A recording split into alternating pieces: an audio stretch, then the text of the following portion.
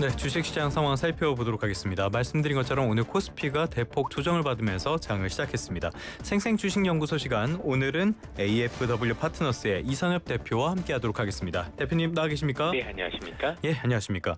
요즘 같은 때를 변동성 장세 이렇게 부르면 딱 맞을 것 같다 이런 생각도 드는데요. 요즘 같은 때 이런 전문가분들은 뭐 하면서 지내십니까?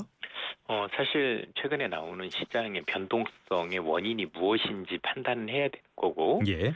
그 변동성이 아주 긴 흐름으로 봤었을 때 기존에 있었던 상승세 추세를 무너뜨릴 것이냐 아니면 지속할 수 있을 것이냐, 그런 고민을 많이 한다라고 봐야 됩니다.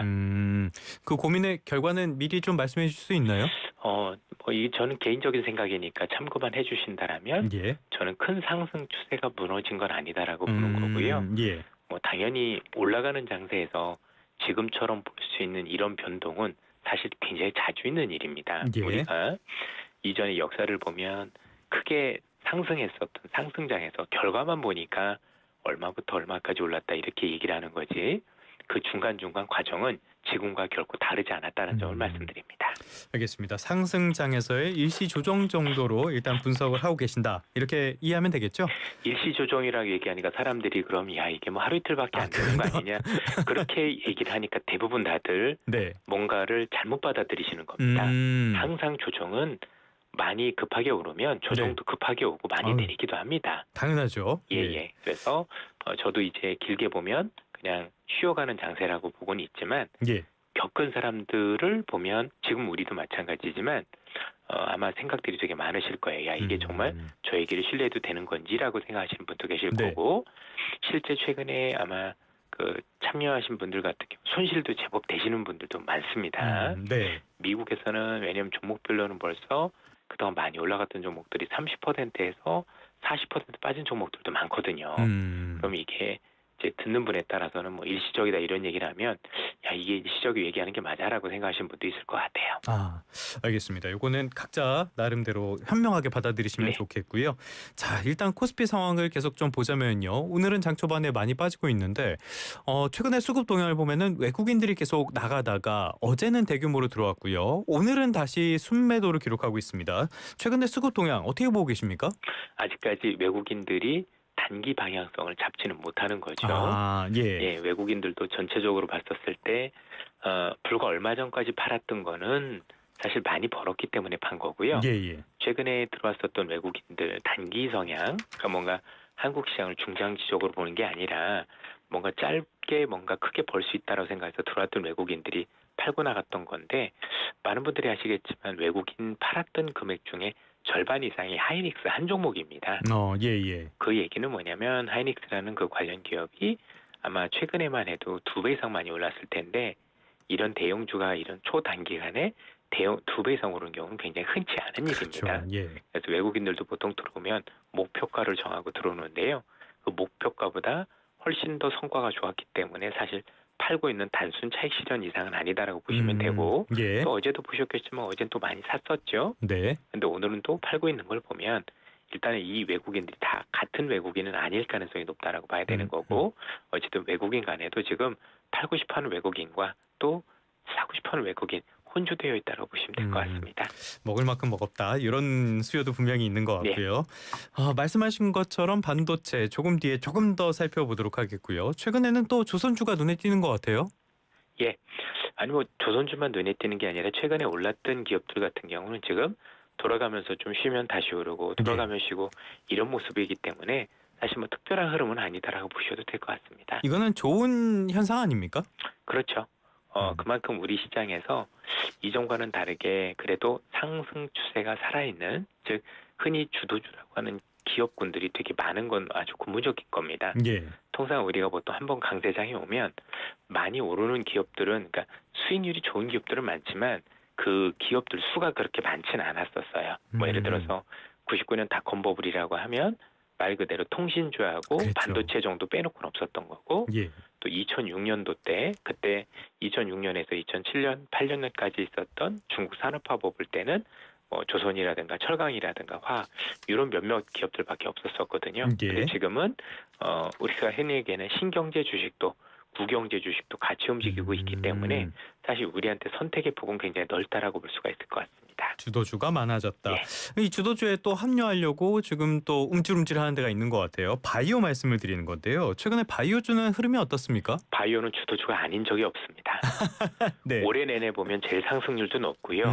네. 그렇죠? 잠깐 쉬었다 올랐을 뿐이지 올해 아마 제일 높은 상승률을 기록한 것도 제약바이오인데 문제는 이 제약바이오는 주도주라고 함부로 얘기할 수도 없고 아니다라고 얘기하기도 어려운 게 기업별로 경쟁력이 많이 다르기 때문입니다. 그러니까 뭔가 우리가 지금 말씀드렸던 뭐 반도체나 이런 것들은 사실은 전체적인 산업군 전체가 움직이는 거라면 제약바이오는 되는 기업과 안 되는 기업의 편차가 크고 가는 데만 간다.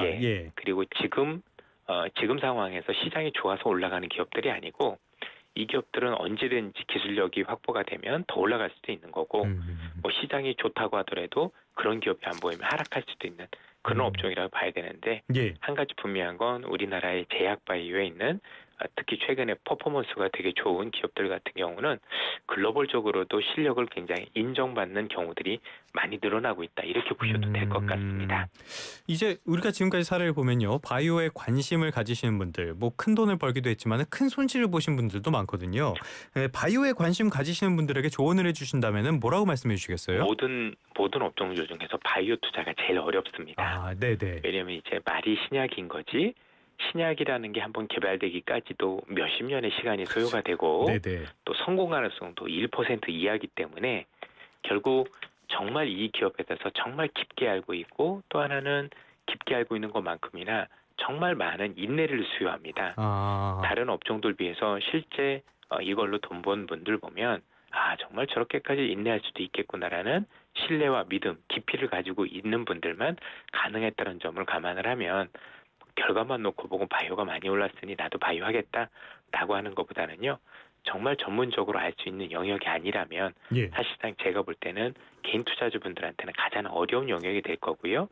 그래서 오히려 우리가 알고 있는 이런 제약바이오 중에서는 뭐 개별 종목을 투자하는 것보다는 그래도 시장에서 괜찮다고 하는 기업들을 이렇게 연합해 놓은 ETF가 개인 투자 입장에서는 조금 더 위험을 줄이고 그렇죠? 괜찮은 수익을 벌 수 있는 기회가 아닌가. 다만 앞서도 말씀드렸지만 이 제약바이오는 굉장히 특수한 분야고 시장과 상관이 없는 분야이기 때문에 정말 이 기업이 왜 오르고 그리고 어떤 잠재력이 있는지 또 어떤 외국 기업들과 그 라이센스 보통 아웃이라고 하죠. 자기들이 가지고 있는 기술의 판골 넣는 게 이런 걸 정말 아시는 분들만 해주셨으면 좋겠습니다. 정말 어려운 분야입니다. 언제나 결론은 ETF가 되는 것 같습니다. 저 ETF 홍보하는 건 아니고요. 아무튼 그렇다고요.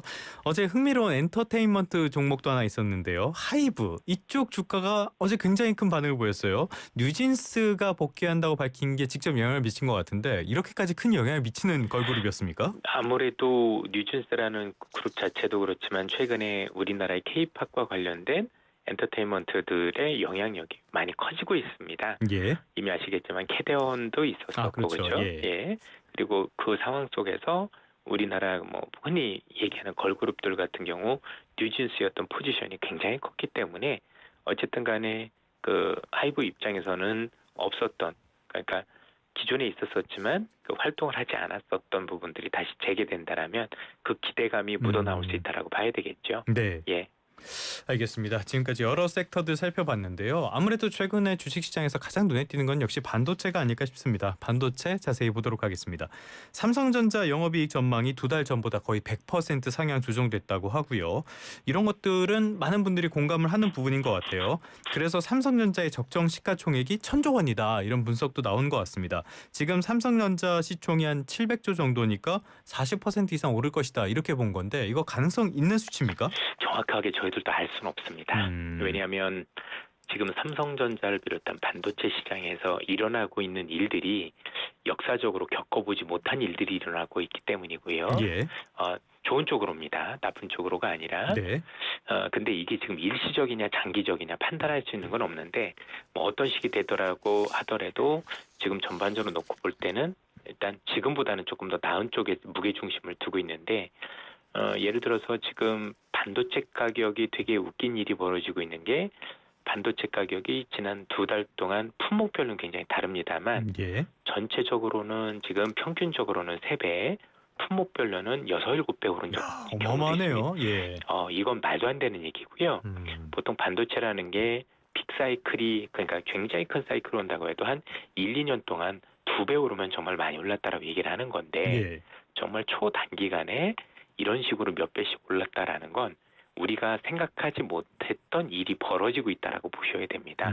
그리고 이 얘기인즉슨 현대 반도체를 사가는 미국의 빅테크 기업들도 이런 일이 일어난 줄 실제로 몰랐고 예. 삼성 하이닉스도 전혀 몰랐습니다. 삼성 하이닉스 다니는 분들도 이거 몰라요 전혀. 네. 지금은 아시죠. 지금은 알고 왜냐면 그게 알았다라면 이미 증설을 했거나 그렇거나 아니면 그렇죠. 그렇죠. 삼성전자 4만 원 하진 않았겠죠. 그렇죠? 예. 결국 무슨 일이 벌어진 건데요. 결국 우리가 알고 있는 이 AI의 발전이 생각보다 올 여름을 기점으로 해서 정말 말도 안 되는 반도체 수요를 창출하기 시작을 했고 그러다 보니 급하게 빅테크 기업들 중심으로 반도체에 대한 수요가 폭발적으로 늘어나는데 문제는 반도체 3사 즉 삼성전자, 하이닉스, 미국의 마이크론 테크놀로지가 이들 기업 그 수요를 감당할 수 없는 상황에 이르렀습니다. 자, 그리고 요거는 제가 전문가가 아니기 때문에 우리 최태원 회장님께서 며칠 전에 말씀하신 게 있거든요. 한 일주일 정도 됐는데요. 최 회장님께서 시장에서 어떻게 얘기를 했냐면 반도체 수요는 기하급수적으로 늘고 있는데 공급은 그렇게 맞을 수 없고 공급을 맞출 수 있는 방법도 없다라고 얘기를 했습니다. 그렇죠. 네. 더 중요한 건 지금 이렇게 좋아지고 있는데 그러니까 사실 앞으로도 전망이 힘들다. 잘 모르겠다. 왜냐면 이렇게 좋아지고 있는데 이게 언제까지 이어질지 또 어떻게 할지 본인들도 모르겠다라고 얘기를 했을 정도로 그만큼 예상치 못한 일들이 너무나도 많이 벌어지고 있다고 봐야 될 것 같습니다. 어쨌든 중요한 건 지금 시장에서는 AI의 발전이 우리가 생각지도 못했었던 대규모 반도체 수요로 이어지고 있는 것 같고 그렇다면 어쨌든 반도체 관련 기업들 같은 경우는 이익이 지금보다 증가할 가능성이 더 높다라고 봐야 됩니다. 그렇게 보면 어쨌든 주가 측면에서 놓고 보면 마이너스 요인보다는 훨씬 더 긍정적인 요인이라고 판단해 볼 수가 있겠습니다. 알겠습니다. 지금까지는 걸어가보지 못한 길이기 때문에 상황을 계속 보면서 대응해 나가시는 것도 좋겠고요. 자, 그래서 이게 중요한 이유는 결국에 코스피가 앞으로 어떻게 갈 것인가 이거를 가늠할 수 있는 부분이기 때문에 그렇지 않을까라는 생각도 드는데요. 지금 변동성에 대한 경고 외국계에서는 이런 말도 하고 있고요. 우리나라 증권사에서는 내년에 7,500선까지도 갈 수 있다 이런 전망도 나오고 있습니다. 대표님께서는 어느 쪽에 조금 더 마음이 가시나요? 변동성이 두 개 다 틀린 얘기는 아닌 거죠. 아, 네네. 예, 변동성이 있다고 그래도 시장이 하락한다라고 안 한다라면 그 얘기도 맞는 거고, 일부 회사에서는 그런 얘기도 하고 있지만 결국 그렇게 지수를 크게 추정을 했었을 때는 반도체에 대한 전망을 저보다 좋게 보고 있는 겁니다. 왜냐면 이제 우리나라 증권 시장도 지금 4천이 넘었던 건 반도체 때문이었거든요. 예. 다른 요인이 있었던 게 아니라 반도체가 갑자기 급격하게 좋아지면서 삼성전자, 하이닉스가 시가총액 1, 2위이기 때문에 이들 기업이 올라서 4천이 간 거고 그 이상으로 뭔가 오르려면 또 이들 기업이 그 역할을 해줘야 됩니다. 여타 기업들이 한다고 해서 그 역할을 대신해 줄 수는 없거든요. 그래서 아마 그 기업 하우스 보통 그런 증권사들은 아마 저보다도 훨씬 더 반도체를 좋게 보는 게 아닌가 이렇게 판단해 볼 수 있는 것 같고요. 예. 7,500이다 아니면 5,000이다 이건 중요한 건 아닌 것 같고 그래서 어쨌든 간에 우리 입장에서 놓고 보면 지금보다 저는 어쨌든 주식시장은 단기 변동성을 여러 차례 한다고 하더라도 지금보다는 더 높은 수준에서 고점이 형성될 거로 판단하고 있습니다. 알겠습니다. 블룸버그 쪽에서는 4,200선에 근접할수록 변동성이 커질 것이다 이렇게 이야기를 했고요. KB증권에서는 7,500선에 도달할 수 있을 것이다. 네, 이런 약간은 둘 다 맞는 것 같기도 하고 상반된 것 같기도 하고 이런 전망들이 있습니다. 하나는 단기 시각인 거고 한가는 장기 시각의 이야기 때문에 제가 볼 땐 서로 간의 비교 대상은 아니라고 보여집니다. 알겠습니다. 그런데요. 환율이 변수가 될 가능성은 없을까요? 조금 전에 구윤철 부총리가 또 구두 개입에 나섰거든요. 외환 불확실성 확대가 우려된다 이런 이야기를 했는데 어떻게 보십니까? 지금 정도 수준이면 우리 입장에서는 불안한 건 맞죠. 예. 그러나 이 불안한 것들 자체가 뭔가 위기로 이어진다던가 그런 상황은 아니다라고 봐야 되는 것 같고요. 전반적으로 이 환율이 미치는 영향이 이전과는 많이 달라졌습니다. 보통 우리나라 환율이라는 게 그 나라의 어떤 그 경제적 실력 이런 것들을 평가하는 잣대가 됐는데 최근에는 꼭 그렇지만은 않은 것 같습니다. 결국에 우리나라 원화라는 게 되게 안정이 되려면 원화가 강세로 가려면 우리가 달러를 많이 벌어들여야 되는 거잖아요. 예. 수출이 많이 돼야 되는 거고 두 번째는 외국인들이 우리나라 주식을 많이 사야 되는 거고 이런 현상들이 있었을 때 한국의 달러 보유량이 많아지면서 원화가 안정되는 게 일반적인데 네. 지금은 세상이 너무나도 많이 바뀌었습니다. 최근엔 주식을 팔고 있지만 그럼에도 외국인이 한국의 주식을 많이 샀을 때 대비해서도 우리나라 분들이 미국 주식을 4배를 더 사고 있고요. 아, 네. 예, 그러니까 우리가 지금 달러가 없는 건 아니죠, 그렇죠? 미국 그쵸. 주식을 가지고 있는 거니까. 그래서 들어오는 달러보다 우리가 미국 주식을 사기 위해서 나가는 달러가 곱하기 4가 되고 있고, 두 번째는 우리나라 기업들이 해외에서 벌어들인 수출로 벌어들인 달러를 환전을 하지 않습니다. 네. 이전 같은 환전해서 원화로 들고 그렇죠. 있는데 예. 지금 달러로 들고 있는 이유가 이번에 트럼프의 한미 무역 협의 협상에 따라서 미국에 대한 투자가 커질 수밖에 없기 때문에 굳이 앞으로도 약해질 가능성이 높은 원화를 들고 있을 필요성이 없다라고 봤을 거고, 전체적으로는 그런 기업들 같을지도 원화보다는 달러를 들고 있겠다라는 어떤 네. 목적들을 가지고 있습니다. 세 번째는 어제 그 한은 총재 발언도 있었지만 채권 시장에 대해서 조금 부정적인 발언을 했죠. 그렇죠. 예. 금리를 앞으로 좀 내리기 어려울 수도 있다. 뭐 이런 얘기들 하면 외국인 입장에서는 현재부터 채권을 들고 가면 손실 가능성이 높아지다 보니 아마 어제도 채권을 많이 팔지 않았나. 그러다 보니 그런 수요도 있다라고 보여지는 거고, 또 아주 긴 측면에서 봤었을 때 우리나라가 고령화라는 게 되게 심하잖아요. 그렇죠? 네네네. 예, 그리고 우리나라에 있는 기업들도 미국으로 많이 나간다라고 얘기를 하고, 그러면 기업들은 몰라도 전체적인 국내 경제에 어떤 미치는 영향은 사실 뭐 단기간에 이루어질지는 아니지만 장기적으로도 조금 경쟁력이 사실 조금 더 현재보다는 훼손된다라고 봐야 될 것 같습니다. 그래서 이런 점들이 복합적으로 작용하다 보니까 우리가 역사적으로 보지 못했었던 수준으로 이렇게 올라가, 물론 아주 위기 때는 뭐 당연히 위기니까 그럴 수 있지만 그렇지도 않은데도 이 정도 그러니까요. 수준까지 온 거고요. 예. 그래서 이전과는 다르게 뭐 수출하셨던 분들이나 많은 분들은 뭐 예전에 봤던 1,200원대, 1,100원대 이런 것들은 정말 당분간 보기 어려운 그런 상황이 아닐까 싶고, 이게 양면성이 있습니다.